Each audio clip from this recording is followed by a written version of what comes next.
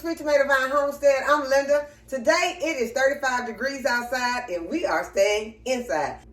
I am about to take a sip of my fire cider, and so I'm going to open it up and give it a stir because you can see that the mother is at the bottom. And I'm just going to take me a squig, just a small amount.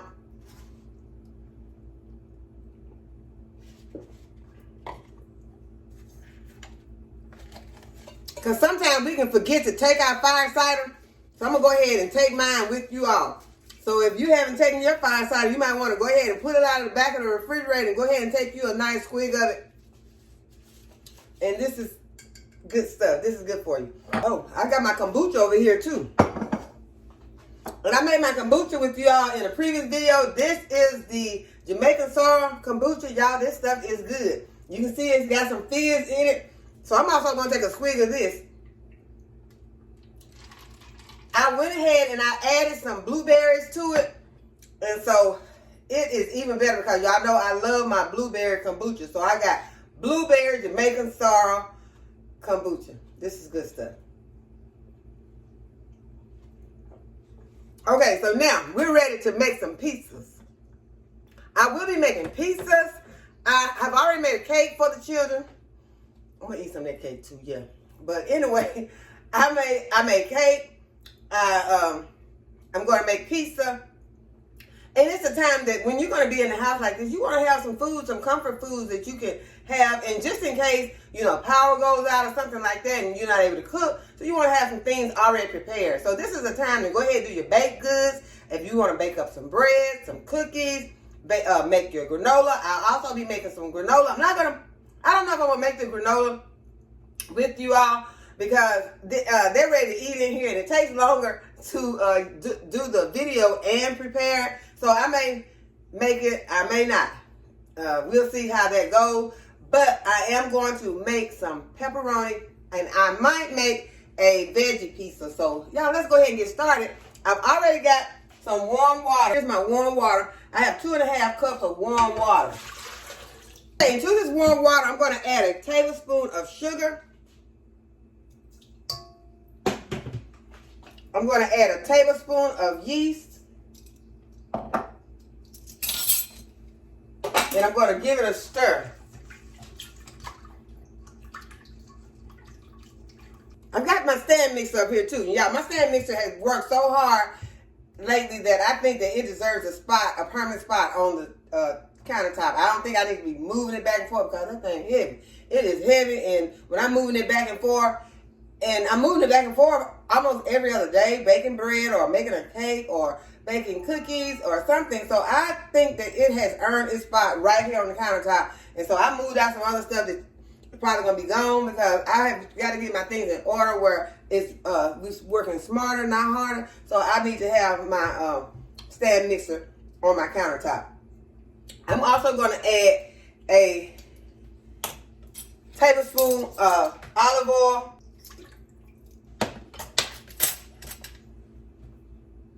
And stir that in. And now I want to start adding in my flour and my salt. I'm going to start by adding 4 cups of flour. I got my flour down here, my 5-gallon bucket.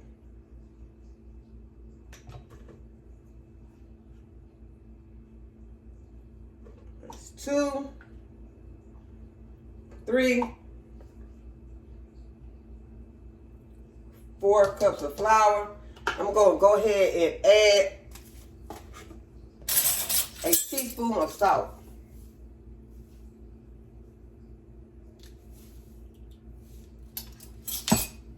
And now I'm going to start my mixer. This is a basic crust recipe that I use all the time for my pizza dough.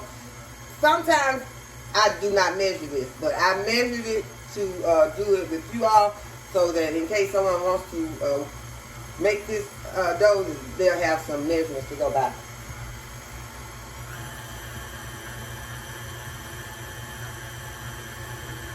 Okay, so we're going to go ahead and let this make a dough.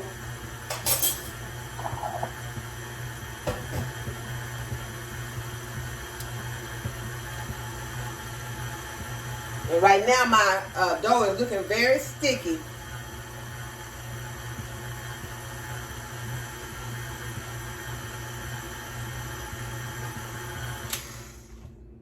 And that is what my dough is looking like right now. It's looking really sticky. Okay, so I'm going to add another cup of flour.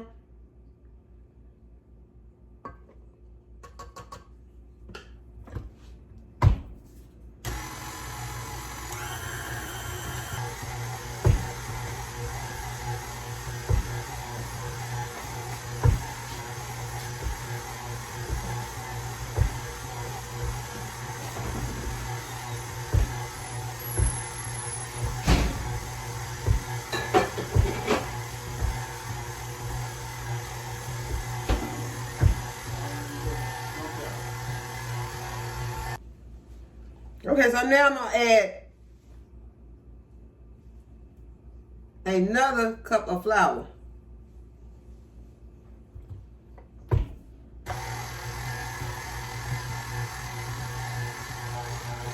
And so you just want to add your flour until the dough gets to where you want it to be. Sometimes you may only use 6 cups of flour. It all depends on the atmosphere, your flour. It depends on a lot of things. So just go about what is, is the type of dough that you are, the consistency of the dough that you want for what you are trying to achieve while you are making this pizza. Because you do not want your dough to be really, really sticky, but you do not want a over dry dough while you are kneading it. So we're gonna let this knead for a few minutes, and then we're gonna roll it out on a flour surface.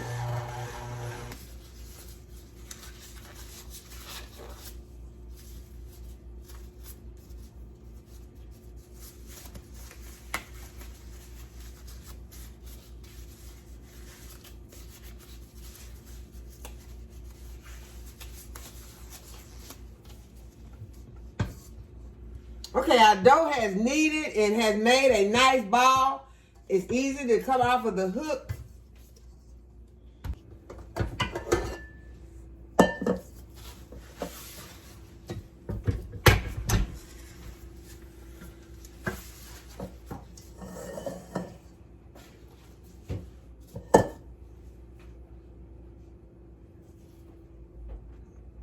I'm going to lightly flour my surface.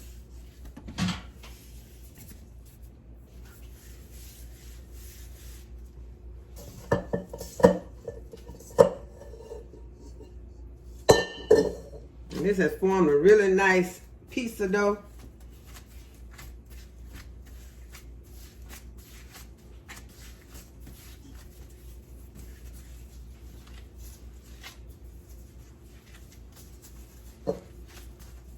Okay, so this has formed a really nice piece of dough, and I am going to just knead it just a little bit more.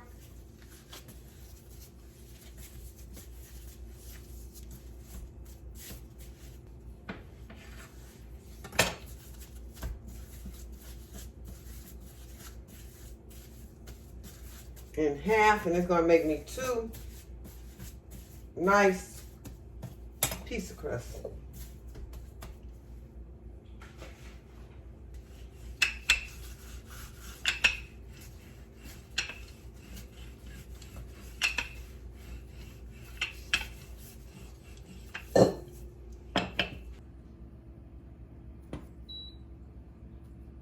And I'm going to put it on 425.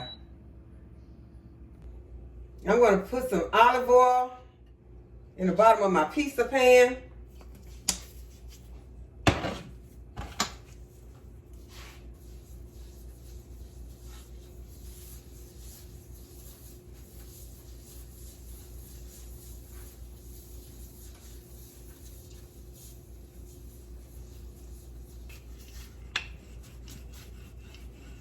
I'm going to stretch my crust out and roll it out.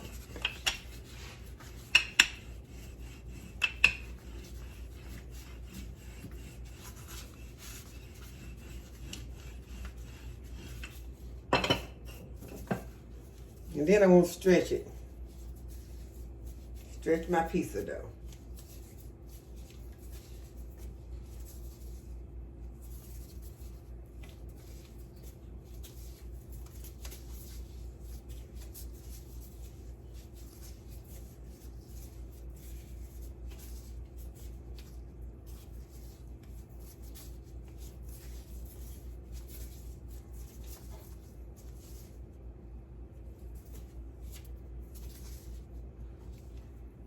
I want to stretch it until it gets close to the size of my pan.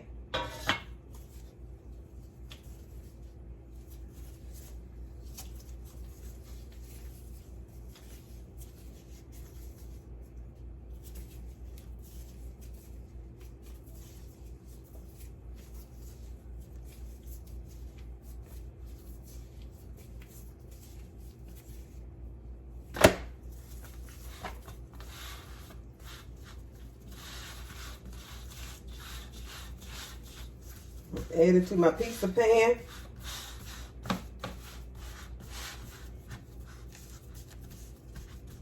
And then shape it to match my pan. And I can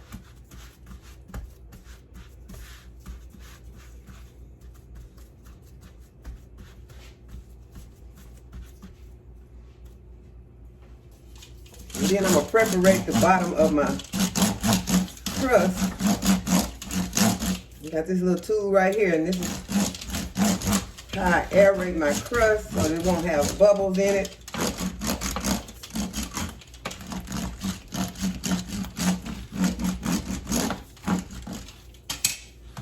Okay, so one crust is ready. We're gonna make our sauce up. I'm just using a canned sauce, and this is a no salt added.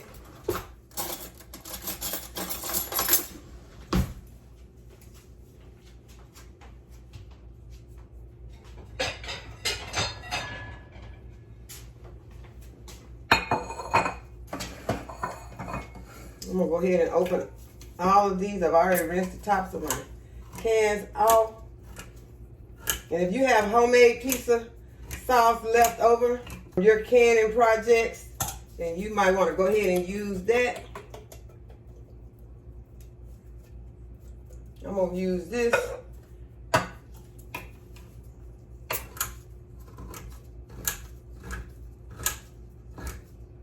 So that if there's someone out there who is new, has not canned, then they'll know what they will be able to use and how they can make their own delicious pizza sauce.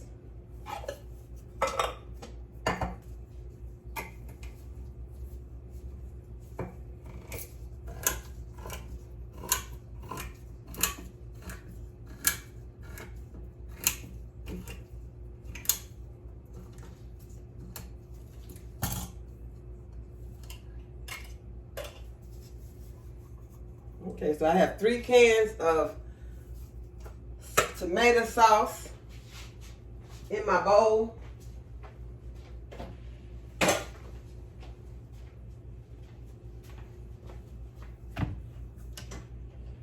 And now I'm just going to add some seasonings.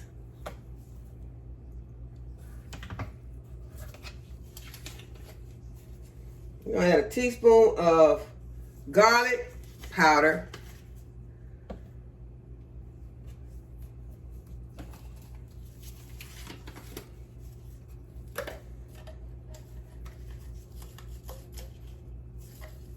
A teaspoon of onion powder.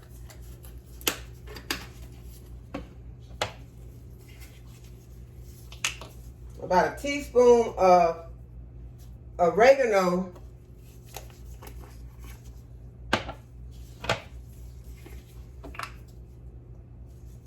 About a teaspoon of fennel seeds. And a teaspoon of Italian seasoning.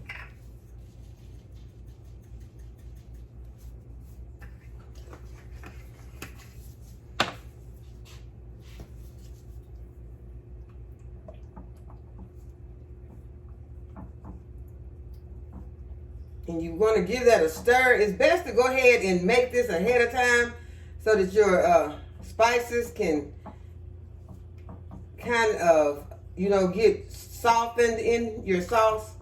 especially your fennel seeds. Sometimes those fennel seeds are kind of crunchy, but we really don't have a problem with that because the pizza be so good, it just be gone. It just be fennel seeds and all. So I'm just gonna, you know, throw that out there in case someone has that very delicate palate that they don't want to taste, you know, they don't want to get a bite of a fennel seed. Honestly, I never noticed it.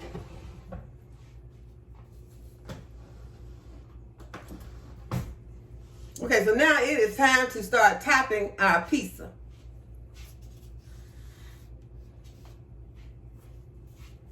I'm just gonna move my other crust. I'm just gonna let my other crust sit right there for a moment.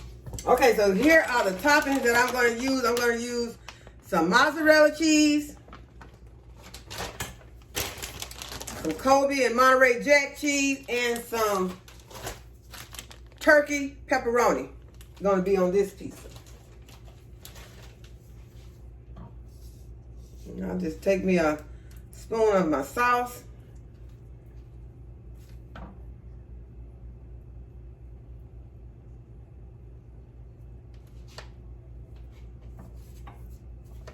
And I spread my sauce over my pizza.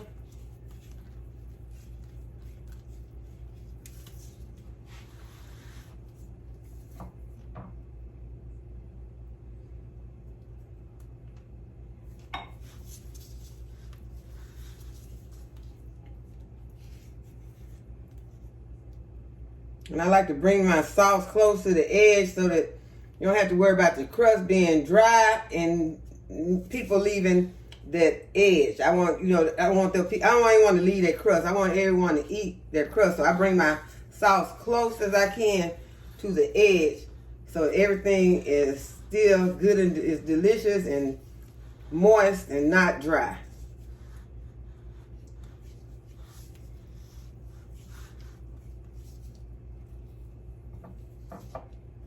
Add a little more sauce.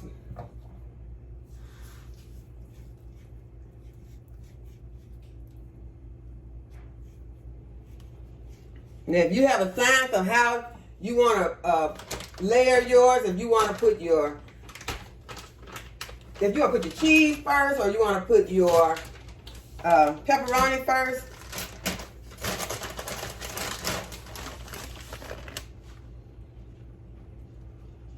I'm going to go ahead and put the cheese first because I want that pepperoni to show up on top.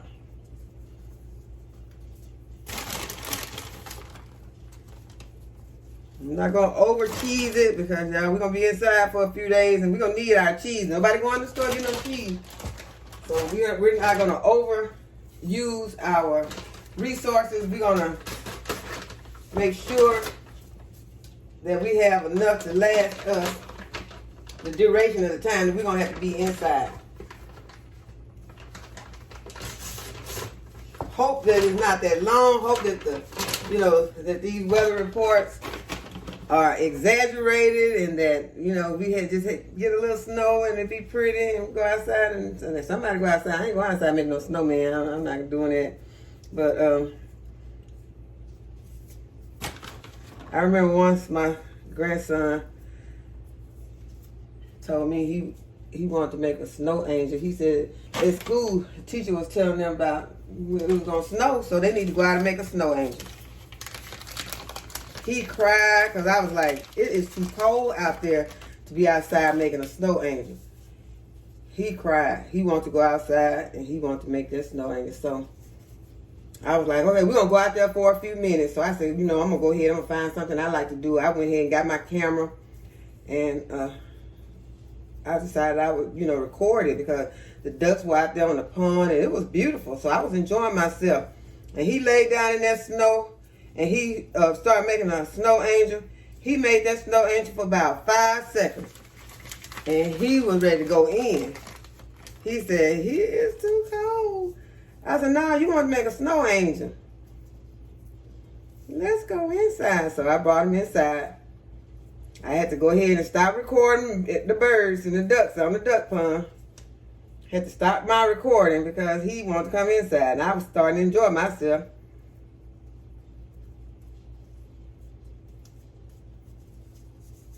So if you got children, grandchildren that want to get outside, let them go on out there for a few minutes. It ain't gonna take long. They're gonna be ready to come back in the house. I don't even think we're gonna even play with that this time, because these temperatures right here are gonna be so, they're gonna be so cold. I don't recommend. No, I take that back. Don't let them kids go outside, because these temperatures are gonna be supposedly really, really cold. So there's no time to be going outside playing around with that, because no one wants to be sick. Okay, so this is what our pepperoni pizza is looking like. I'm gonna take it to the oven, and then we're gonna go ahead and we're gonna make another pizza.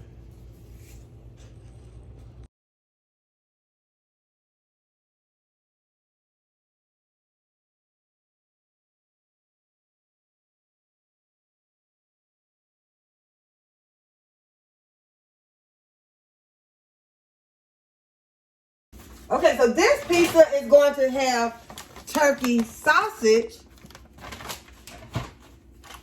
and turkey pepperoni. And I had to pre-cook the sausage in the microwave. And now I'm just going to chop it up.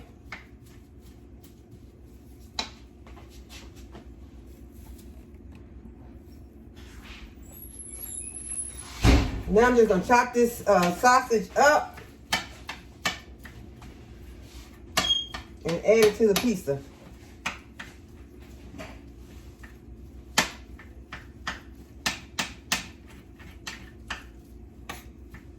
I'm doing it right here on my flour surface.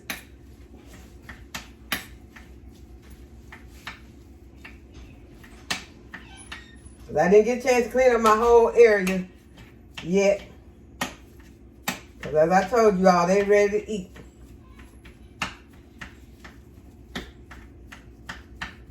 Matter of fact, I'm a little late with lunch because I decided I would go ahead and bring you all along with me. So now I can just put my sausages over this pizza. I'm going to kind of spread it out.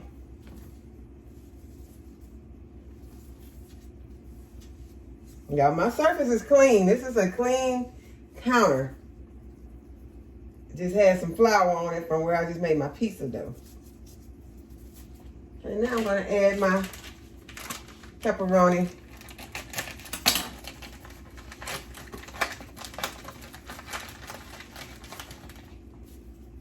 I'm going to add my turkey pepperoni.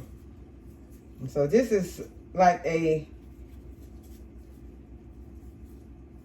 meat lover's pizza. I'm going to go ahead and get this one in also. And then we'll come back when they're done. All right, this one is halfway done and it don't have enough cheese on top of this meat. We're going to add some more of the mozzarella on top of the meat, since we got a lot of meat on here.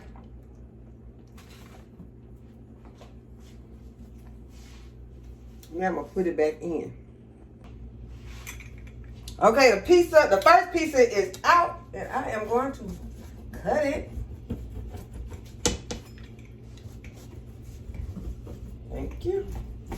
So that everyone can get ready to have a late lunch.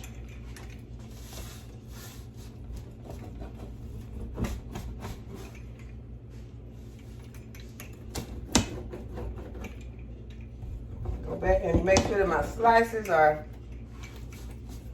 sliced all the way through.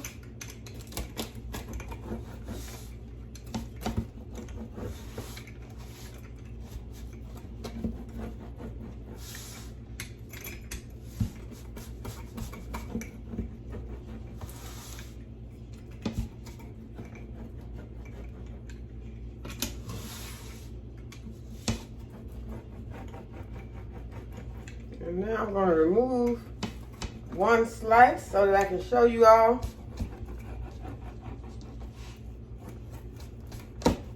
the thickness of the crust and what the bottom of the crust looks like. Oh my goodness. Okay, yeah.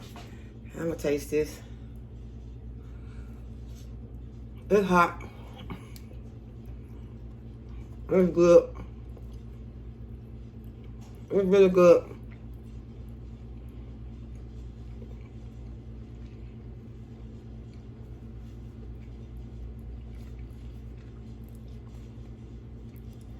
I'm gonna eat all that crust. I'm gonna let them go ahead and get started. I'm gonna show you all the other one when it comes out. Okay, y'all, pizza number 2 out of the oven. Pizza number 1 almost gone. So I am going to go ahead and get this one sliced up.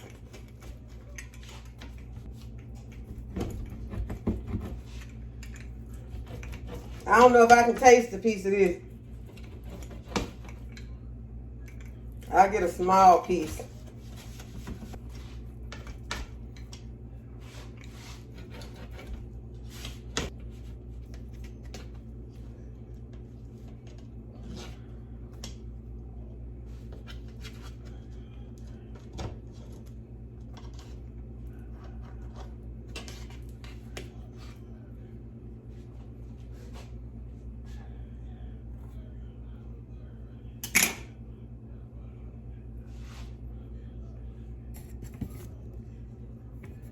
Okay, this is a small piece of this that has the turkey sausage and the turkey pepperoni.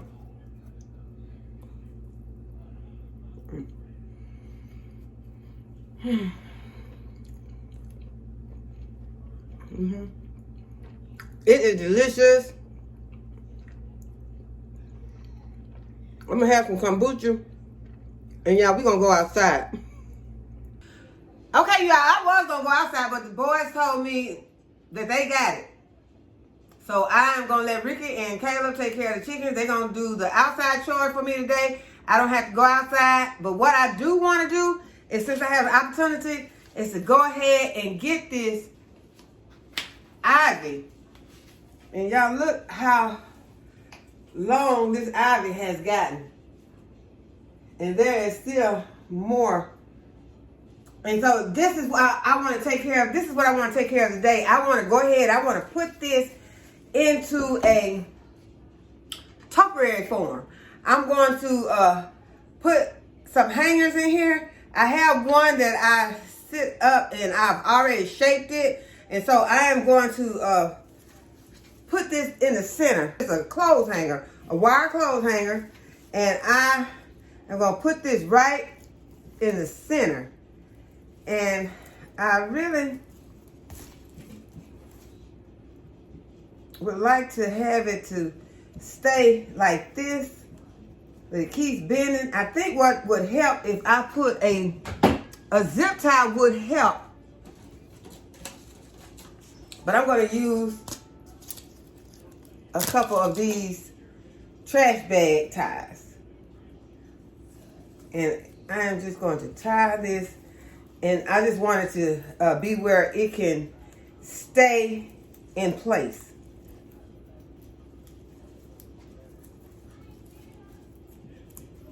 Okay, so I have one. And now what I'm going to do is I'm going to shape my other hanger. I have another clothes hanger. And I'm going to shape this clothes hanger best that I can. Because this one is harder. This one is a more sturdy hanger than this one. This one is, those white ones are not as sturdy. Matter of fact, I probably should have just used 2 like this. I may go ahead and take this one out and put one in like this after I see how hard this one is going to be to shape. Okay, so I could either shape, I could shape it in the same shape that this one is. You can purchase a bliss that is already formed. I'm going to try to form mine, and it seems like from what I'm seeing right now, it is best to get use the hanger. Don't use these white hangers, because these white hangers are weak. They're not. The white hanger just wants to do what it wants to do. It doesn't want to stay in place. It is just moving around, doing, as I said, what it wants to do. It's not wanting to cooperate at all. This other hanger is not giving me any problems.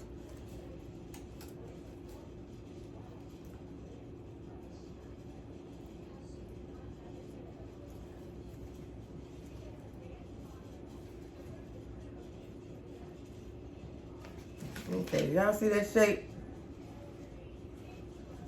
This white hanger is still not wanting to cooperate. And I think what would help more if I would take this apart and put this white hanger more into the, well, just bend it where it's fitting into the soil better. So yeah, we're gonna do this. I'm gonna try to do this right. And I think I'm gonna take the white hanger out. Y'all can tell this is my first time doing this, but I want this topiary. And the main reason I want it, but one reason I want it, because it's very pretty. I like the way it looks, but I don't want my plant hanging on the floor.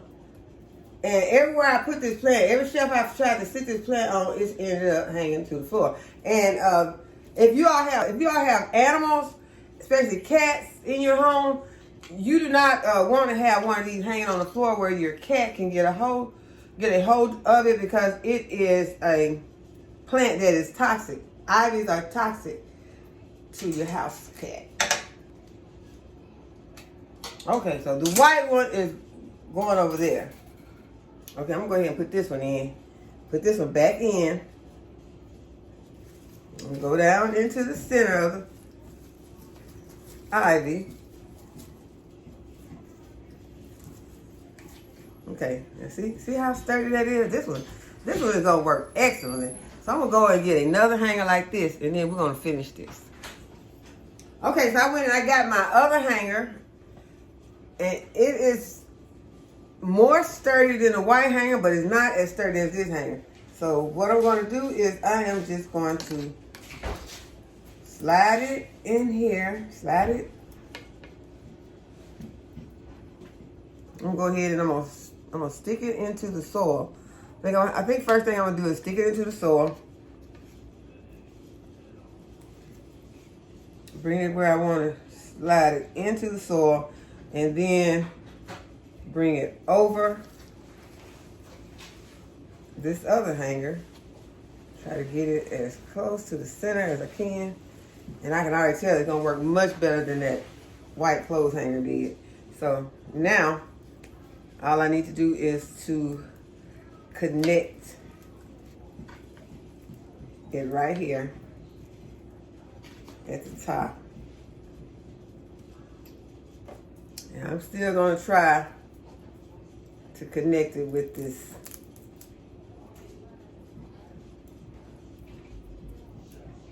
Let's see how this works.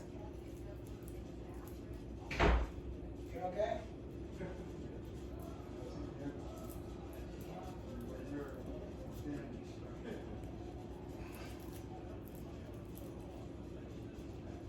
So I'm just going one way, and then I'll take it the other way so that I can get it to connect at the top, and they're all going in opposite directions. It still seems to want to slide. And I do not want, after I get this topiary plant, after I get this made into a topiary, I don't want this to slide. So I'm going to try it with the zip tie. Okay, so I got some zip ties. I'm going to see if I can make this where it's going to be sturdy and it's going to hold and it's not going to be sliding. It's already better. So the zip ties are what we need to use for this. So I'm going to go ahead and I'm going to cut this one. And then I'm going to add another one. And I'm just going to take it in the opposite direction.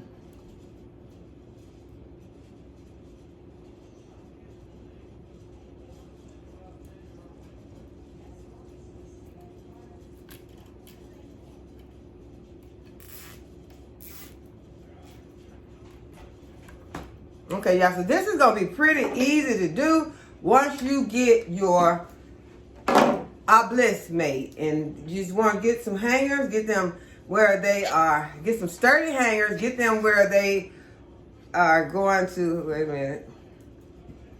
Okay. Get some sturdy hangers, get some zip ties, that is going to hold these hangers in place.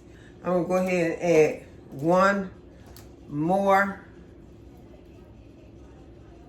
And these will not be seen because you can just cut them, get them really tight, and then cut them. Okay, so now we're ready to start wrapping our plant around these hangers.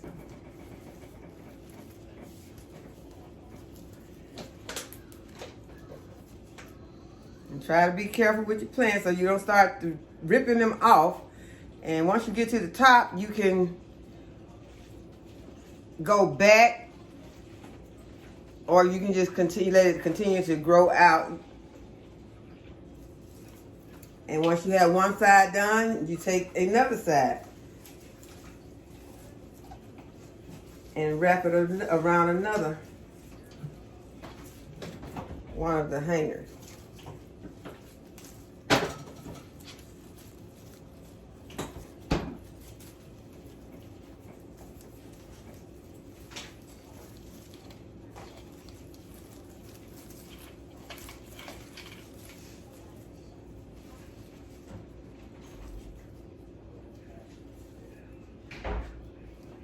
And with one that is long like this, I'm just going to take it and go down the other side of the hanger.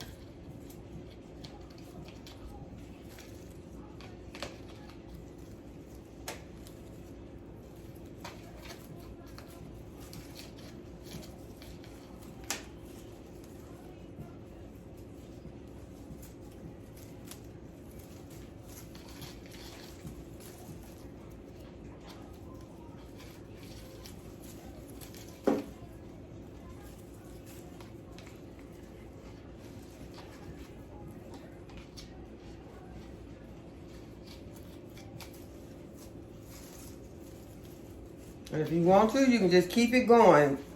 Go around and come up the other side. Because this is going to continue to grow. And as it continues to grow, you just continue to wrap it around your hanger or your obelisk. If you buy an obelisk or you make, whether you make one on your own, the results are going to basically be the same. Because it is going to be covered, and it's going to produce this topiary effect.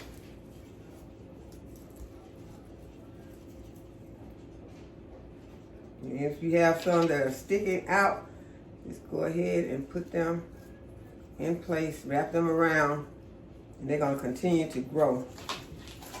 Okay, so now I've got that side taken care of. Come back over here and I'll get this one.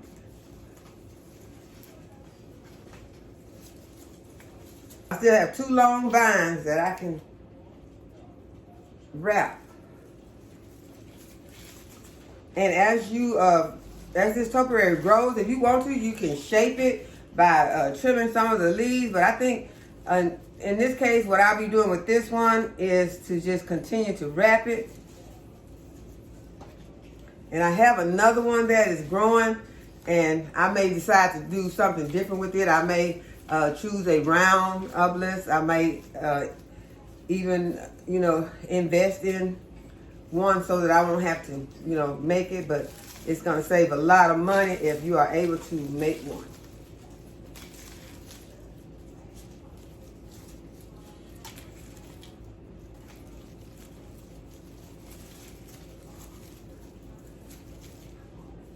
And it'll be easier to work with in the future because I will not let the vines get this long before I start making a topiary.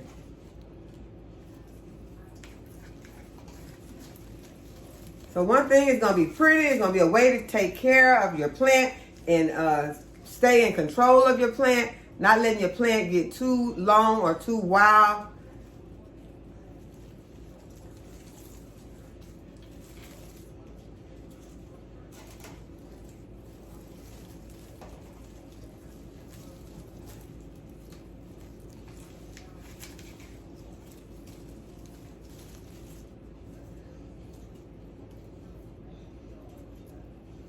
Okay, so I've got some right here. I'm just gonna go down this side of this one.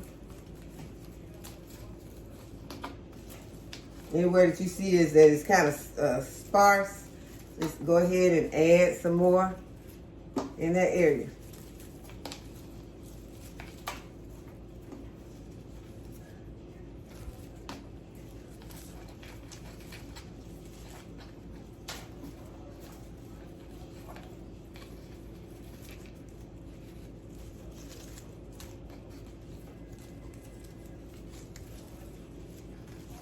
Okay, I'm gonna bring it on the bottom and I'm gonna go ahead and start working it into the bottom of this side. And then work my way up to the top.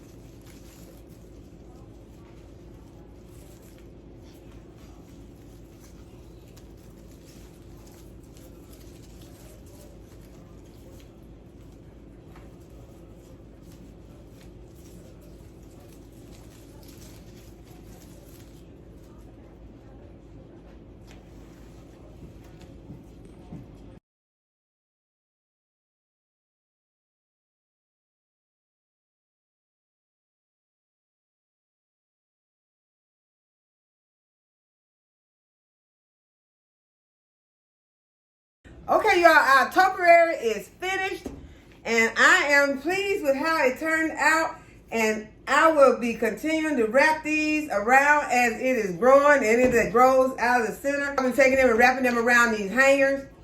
And so I am very happy with my first ivy topiary, and I hope that you all will give this a try. If you have an ivy that's growing out of control or one that you just need to get up off the floor, I hope that y'all have enjoyed this video today and that you give this video a thumbs up and subscribe to my channel. And go ahead and hit the notification bell to be notified when I upload a new video. And as always, thanks for watching. I'll see you in the next video. Bye-bye.